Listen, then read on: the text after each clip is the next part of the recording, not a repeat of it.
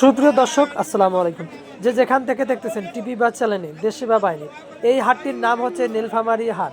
এই নীলফামারী হাট কিভাবে আসবেন? সরাসরি এই নীলফামারী হাটে বাস টার্মিনালের পশ্চিম পাশেই লাগানো। আপনারা এই হাটে আসে কম দামে হাড্ডিসার গরু কিনতে পারবেন, একবারে কম দামে, যা আপনি শুনলে অবাক হবেন যে এত কম দামে গরু পাওয়া যায়। হ্যাঁ ভাই, এখানে খুব কম দামে গরু পাওয়া যায়। তার আগে আমি বলতে চাই, আমাদের চ্যানেলে নতুন হলে অবশ্যই চ্যানেলটিকে সাবস্ক্রাইব করে পাশে থাকবেন। একটি লাইক, একটি কমেন্ট করে আপনারা জানতে চাবেন কিভাবে আসা লাগে, আমরা রিপ্লাই দিয়ে দেব।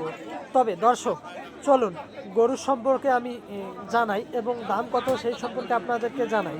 তার আগে আপনাদেরকে বলতে চাই, আপনারা এই নীলফামারী হাটে আসে কখনো ঘুরে যাবেন না, অবশ্যই টাকা নিয়ে আসলে আপনি ভালো মানের গরু পাবেন।